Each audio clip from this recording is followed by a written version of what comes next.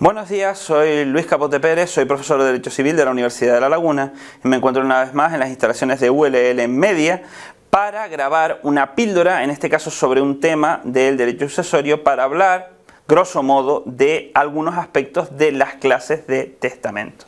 Tenemos que recordar que el testamento es un negocio jurídico unilateral cuyos efectos se despliegan mortis causa y que tiene como finalidad el establecimiento de actos de disposición por parte del testador para la hora de su muerte. Hay que recordar también que en determinados derechos folares, como el catalán o el balear, el testamento por recepción más pura de la tradición romana es un acto de institución de heredero. En cuanto a las clases de testamento, el Código Civil parte de la premisa, al contrario de lo que podemos encontrar en el derecho histórico, que todos los testamentos son escritos.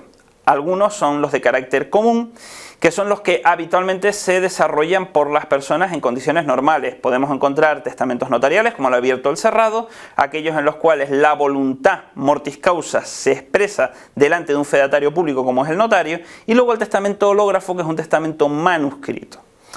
Por el contrario, o junto a ellos tenemos los llamados testamentos especiales, que son aquellos que se pueden otorgar en circunstancias muy particulares, más que nada aquellas en las cuales hay un especial peligro para la vida de la persona, pues son testamentos que, como el militar, los que se desarrollan en campaña, el marítimo o aquel que se otorga en país extranjero. Con carácter general, hay que decir que el testamento, como hemos dicho, es un acto formal y la forma que tiene que revestir es una forma solemne. Esa forma no se cumple, el testamento no es válido y no despliega ningún tipo de efecto. Así, en los testamentos notariales, como el abierto o el cerrado, es preceptiva la presencia de, como hemos dicho, obviamente, un notario y también de unos testigos de carácter instrumental, unos testigos del acto de expresión de voluntad mortis causa del testador. En cuanto a los testamentos notariales, tanto el Código Civil como el reglamento del notariado establecen que ha de ser un notario hábil. Y en cuanto a los testigos instrumentales, hay que decir que se ha producido una evolución en la cual se ha reducido su número y el carácter preceptivo de su presencia a casos muy concretos, pues en función de si estamos ante un testamento abierto, ante un testamento cerrado o ante alguno de los testamentos especiales donde su presencia es imperativa en todo momento. Hay muchos casos porque en esos testamentos por circunstancias, pues no siempre vamos a encontrar a alguien que pueda actuar como fedatario público. Esos testigos instrumentales, ¿cuándo son necesarios en el testamento abierto? Pues con carácter general a solicitud bien del notario o bien del propio testador. A veces son necesarios para el momento de la firma, cuando la persona no puede, o sea, la persona del testador no puede o no sabe firmar.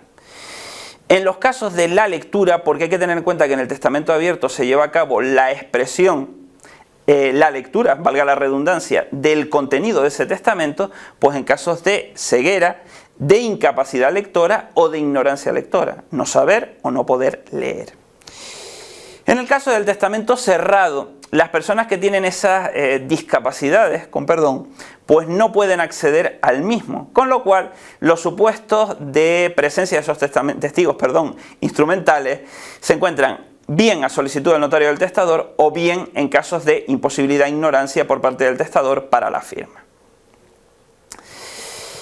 Ahora bien, dado que estos testigos desarrollan una función, valga la redundancia, testifical en el acto de disposición, en el acto de otorgamiento testamentario, es evidente que no todo el mundo tiene la capacidad o tiene la fiabilidad para poder llevar a cabo una función de esta naturaleza. Así, se entiende que la persona tiene que ser hábil, apta, mejor dicho, en el momento del otorgamiento del testamento. Y el propio Código Civil establece una serie de supuestos en los cuales esa aptitud no se da. Por ejemplo, con carácter general, para todos los tipos de testamento, pues en principio personas menores de edad, personas ciegas, sordas o mudas, personas que no entiendan el idioma del testador. En este caso no es una cuestión de nacionalidad, sino de conocimiento por parte de la persona que va a optar como testigo. En el caso de las personas ciegas, sordas o mudas estamos hablando de una imposibilidad total, no de dificultades. Personas carentes de sano juicio, es decir, del entendimiento para comprender las consecuencias del acto en el que están participando.